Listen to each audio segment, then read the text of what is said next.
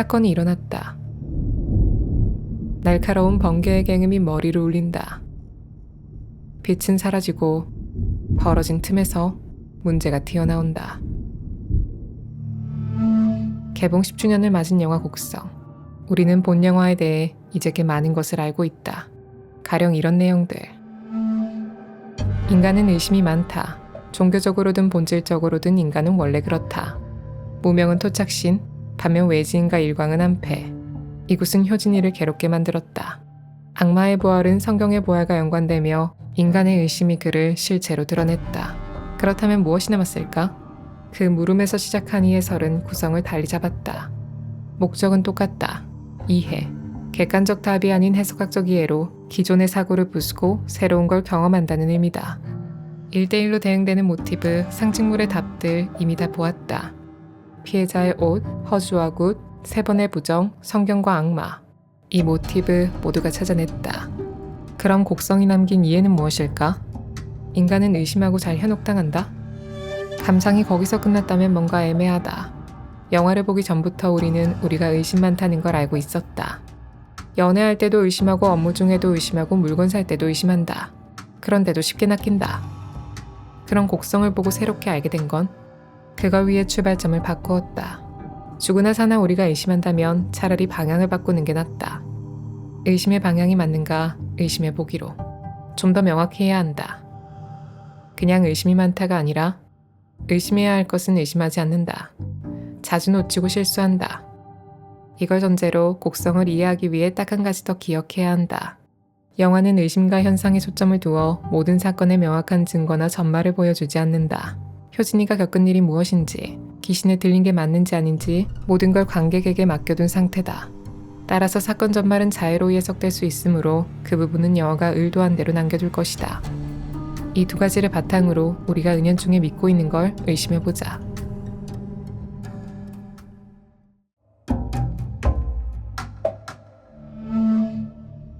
이 장면을 보자. 우리는 여기서 이유 모를 오싹함을 느낀다. 두 사람처럼 효진이에게 어떤 이상이 생겼고 흔히 말하는 귀신 들린 상태 같다 느낀다. 또 누군가는 이 장면에서 생선과 성경의 유사점을 찾는다. 귀신, 성경 어느 쪽이든 괜찮다. 그냥 그 모든 시선을 한마디로 정리하는 게 더 중요하다. 바로 이 두 사람처럼 주변 사람이 느끼는 감상이라는 점이다. 잊지 말자. 이 영화는 초반, 중반, 끝까지 관찰자의 시각에 따라 달라짐을 누차 강조한다. 내 의심이 불러일으킨 내 의지를 벗어난 결말을 떠올린다면 우리는 여기서 효진이를 향한 의심을 내려놔야 한다. 따라서 감상으로부터 멀어져 효진이 자체에 집중해보자. 무슨 일이 일어났다는 건 유추할 수 있다. 2차 성징일 수도 혹은 성추행 성폭행의 징후일 수 있는 노트, 외지인의 집에 있던 실내화, 갑자기 변한 피부 상태, 울면서 어떤 아재가 문을 열고 들어오려 한다는 대사. 전말은 알 수 없지만 어떤 사건이 있었다는 건 유추할 수 있다. 특히 울고 불안해하는 모습에선 극심한 압박감도 느껴진다. 다시 이 장면으로 돌아오자. 물론 영화는 오컬트적 장르와 의심을 살리기 위해 평소 먹지 않던 음식을 폭식하며 다양한 해석의 여지를 남긴다. 그러나 핵심은 아이가 압박 속에서 일상을 벗어난 행동을 한다가 핵심이다. 그걸 고려하면 이 행동은 특별하지 않다. 일상 행동을 하는 게 더 이상하다. 초등학교 6학년밖에 안 된 딸. 전말은 모르지만 어떤 일이 있었다. 그것도 이렇게 기세던 딸이 불안해하면서 울 정도라면 상황의 이유는 모른 채 저녁에 옷을 들추는 아빠를 보았다. 부모가 뭘 했는지를 아는 이 아이가 2차 성징을 겪었거나 어쩌면 성추행당했을지 모르는 상황에서 옷을 들추는 아빠를 보았다. 감정을 컨트롤 못하고 화내며 욕을 했다. 충격은 클 거다.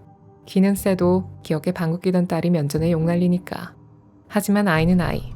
아버지를 혼냈지만 방귀 낀 것처럼 효진이는 초등학생에 불과하다. 그런 아이에게 침착함을 바라는 편이 이상하지 않을까? 욕자라는 가정에서 욕자 듣고 자란 아이가 침착하면 더 이상하다. 그래서 의심의 방향을 바꾸어야 한다. 밥을 와구와구 먹는 효진이가 아니라 주변의 가족을 향해. 어떤 일을 겪은 효진이의 삶은 그날을 기점으로 변화를 맞았다. 하지만 이 두 사람, 아버지는 받아들이지 못한다. 이 지점이 가족 내부에 균열이 생기는 지점이다. 이들의 균열은 이제부터 시작됐다. 변화의 시작점과 진행의 속도가 이쪽과 이쪽이 미묘하게 다르다. 그래서 대다수의 내부 파탄은 변화의 시작점 차이와 서로를 보는 시각이 달라 발생한다. 이 가족뿐만이 아니라 이 집도 이 집도 모든 피해자 가정 내의 파탄은 미묘한 속도의 차이에서 시작된다. 변화가 꽤 진행된 이쪽의 입장과 달리 지금 막 그것을 느낀 할머니는 재빨리 해결책을 낸다. 구술하자. 용한무당하라. 종구는 뭔가 찝찝함을 느끼지만 토를 달진 않는다. 장모가 이런 답을 내놓는 것도 또 그가 어물쩍 받아들이는 이유도 명확하다. 정상이자 일상으로 되돌려야 한다고 느껴서다. 이제 막 시작된 균열을 빨리 메워야 일상으로 돌아갈 수 있으리라. 그리고 이 두 사람은 자신도 모르게 이때 죄를 짓게 된다. 두 사람은 기어코 효진이의 의중을 묻지 않은 채 또 다른 방향을 찾아보지 않고서 곳을 선택한다. 그게 내부 파탄의 원인이 된다. 그리고 이 파탄을 단순히 두 사람의 탓으로 볼 수는 없다. 다음을 보자.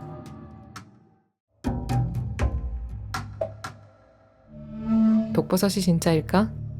굿이 진짜일까? 많은 사람들이 의심했다. 의심의 방향을 바꾸자. 버섯에 집중하고 굿에 집중하는 게 아니라 그보다 위층에서 두 개를 대조하고 의심하자. 뉴스에서 전한다. 독버섯 약을 복용한 피해자들이 정신착란 증세를 보였습니다. 하지만 현장은 다르다. 눈은 시뻘개선 무슨 기저귀 같은 속옷을 입었더라니까. 언어가 다르다. 이쪽도 마찬가지다. 따님이 아프시다고요? 그럼 의사한테 맡기시죠. 뉴스 안 믿는다. 목격하지 못한 제3자와 피해를 당한 사람은 언어가 다르다. 너무너무 무서운 썰을 푸는 동료에게 종구는 혀를 쯧쯧 찬다. 버섯 탓이라며 검사 결과가 그렇지 않냐 한심하게 쳐다봤다. 그랬던 그가 겪고 나니 이렇게 됐다. 제3자는 객관적인 자료를 신뢰한다. 과학적 자료를 믿고 사람들의 증언은 의심한다. 반면 그곳에 있었던 사람은 과학적 자료를 의심하고 사람들의 증언을 믿는다. 객관적 자료, 비객관적 체험. 제3자의 언어와 피해자의 언어라는 차이. 제3자가 모르는 피해자들의 체험이자 사건 공간은 이렇게 어지럽고 난장판이고 이해를 벗어나 있다 느껴진다. 더불어 피해자들은 언어화되지 못한 행동을 한다. 울부짖고 뼈마디가 꺾어지는 고통을 행동이란 언어로 보이고 죽은 건지 산 건지 알 수 없는 몰골을 하고 있다. 맨 처음 그런 피해자들과 직접적 대조를 보여주던 이 장면이 바로 수통되지 않는 서로 다른 언어를 보여주는 장면이다. 그리고 이랬던 종구는 딸의 일을 겪고 그 사람과 똑같은 행색이 된다. 대조되는 언어의 차이. 이게 일장에서 본 장모가 굿을 선택한 이유다. 머리로 이해할 수 없는 것에는 똑같이 수통되지 않는 걸로 접근해야 한다 생각하니까. 흔히 세간에서 비과학적 귀신과의 대화로 인식되는 굿을 선택한 이유가 그 때문이다. 한때 유행어로 전국을 휩쓸었던 멋이 중한디라는 대사는 이것과 연관이 있다. 효진이는 어떤 사건 이후 변화를 감당하는 게 중요해졌고 주변 가족은 지금 막 느낀 차이와 균열을 메우는 게 중요하다 느낀다. 그 균열에서 발생하는 부딪힘이 대부분 피해자 가정을 뒤흔드는 원인 중 하나가 된다.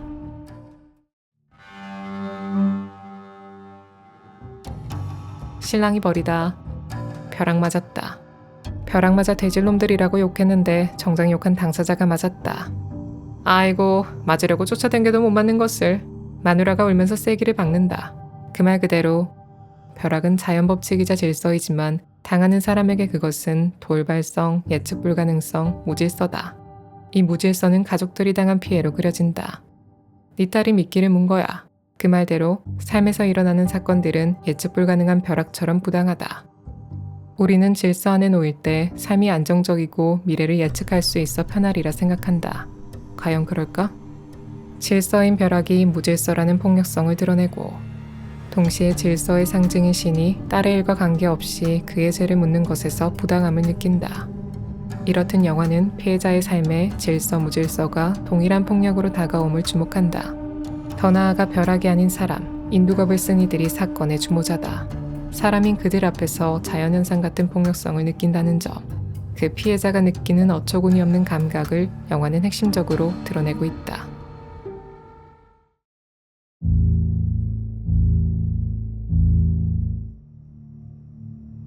딸의 아버지가 죄를 지어서. 나홍진 감독이 밝혔듯 이 대사는 현실의 부당함을 재현한 대사다. 그래서 종구는 내 딸이 피해를 입어 그런 게 아니냐며 처절하게 외친다. 분명 억울할 만하다. 그의 심정에 공감도 된다. 하지만 그런 공감도 또 종교적 원죄 접근도 잠시 내려놔보자. 우리는 종고의 모습에서 삶의 균열이 일어났을 때 저지르는 익숙한 실수가 있지 않았는지 의심해야 한다. 먼저 처음 실수. 가족이라면 상황을 논의하는 게 먼저인데 덜컥 구스로 결정 내렸다. 두 번째 실수는 여기다. 이미 실내화를, 딸의 반응을, 심지어 많은 사람들이 죽어가는 걸 보았다. 충분히 합당한 의심이 모였지만 경사인 그가 선택한 방향은 이랬다. 사활을 줄 테니 이 말을 나가. 종고의 행동에서 우리는 일상 속 쉽게 저지르는 실수를 본다. 먼저 한 사람이라는 미시적 관점에서 보자. 미시적 관점에서의 첩첩산중 꼬불꼬불한 길이자 폐쇄적 사회는 방어적 나의 모습이다. 내 삶을 균열내고 어지럽히는 사람은 밖에서 침투한 낯선 것. 내 정신을 갉아먹는 걸 외부의 침투라 느끼고 내 머리에서 나가기를 바란다. 그래서 나가라고 했다. 비슷하지만 거시적 관점은 이렇다. 첩첩산중 꼬불꼬불한 길을 뚫어야 들어갈 수 있는 폐쇄적 사회다.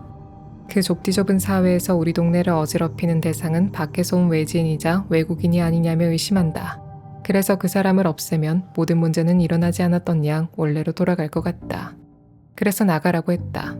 이 말은 곧 정상으로 돌아가고자 사건을 묻겠다는 의미가 된다. 사건을 사건화하여 무엇이 맞고 틀린지 확인하는 과정 없이 예전으로 돌아가고 싶다는 의미다. 이는 세 번째 실수와 이어진다. 그는 죽이고 싶었던 사람을 눈앞에서 마주한다. 이때도 똑같은 선택을 한다.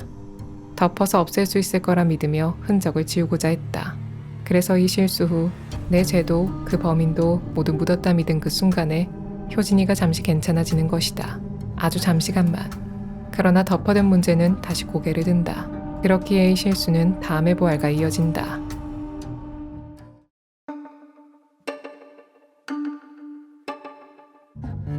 영화 속 부활의 대상은 두 갈래로 나뉜다. 악마와 피해자.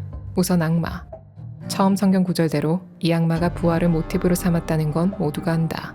그것과 별개로 이해를 위해선 부활을 누가, 왜, 어떻게 했는지 의심해야 한다. 다시 조금 전 내용을 떠올려보자.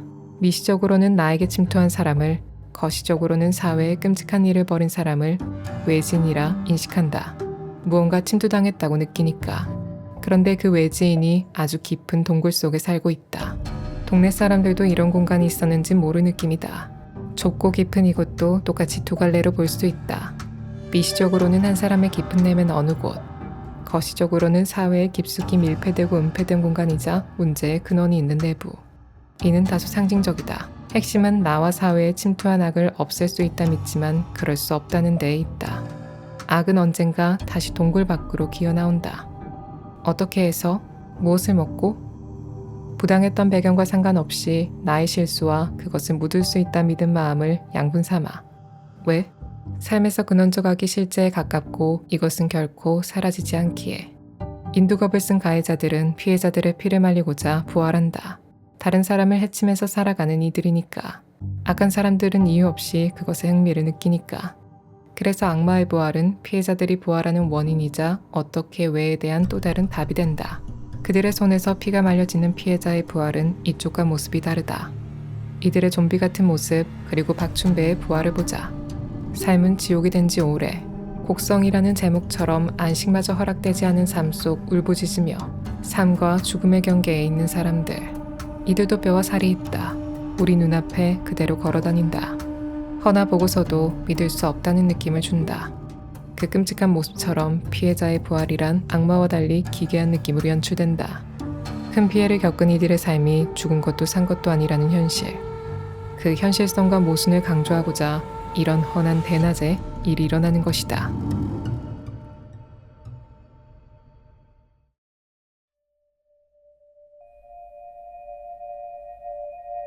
지금까지 살펴본 변화를 느끼는 시작점의 차이, 객관과 비객관이라는 언어의 차이, 질서 무질서의 폭력성, 인두겁이라는 차이, 두 가지의 부활을 통해 본 영화는 피해자들의 믿음과 의심이 서로 뒤바뀐다는 걸 보여준다.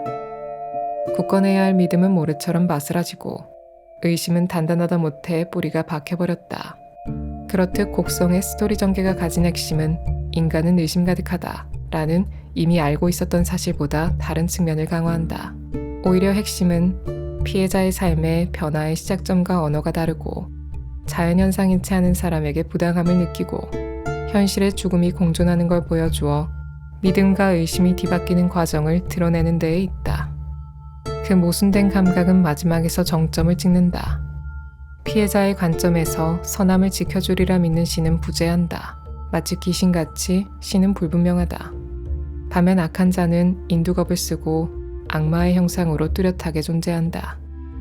그래서 믿을 수 있는 이이자 희망은 의심하게 되고, 균열이 난 삶과 내가 지켜야 하는 딸은 손에서 멀어질 것 같다 믿게 된다. 그래서 종구는 3번을 기다릴 수 없었다.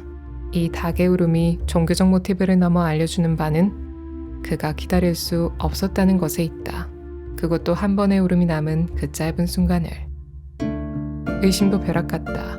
우리 자신이 수동적으로 의심에 놓이는 것처럼 마음에 의심이 떠오르면 그것은 주인이 되어 우리를 질질 끌고 다닌다. 그 마음을 꿰뚫고서 악마가 조롱한다. 이곳을 벗어나는 건 네 의지가 아니다. 믿고 싶지 않았고 의심하고 싶었던 악이, 그 흐릿했던 실제가 이제는 실체한다. 종고에게 그 악은 이미 실체이기에 그는 동굴로 향하지 않았다. 큰 사건을 겪은 이들에게 희망이란 의심의 것이며 악이란 뼈와 살을 갖춘 믿음이 된다. 이쪽도 뼈와 살이 있고 눈앞에 존재하지만 죽음의 경계에 걸쳤다. 도리에 맞지 않다 의심해야 하는 것이 도리어 믿음으로 주어져 버렸다. 그 눈앞에 나타난 삶의 모순성, 그게 곡성이 드러내는 피해자의 현실이다.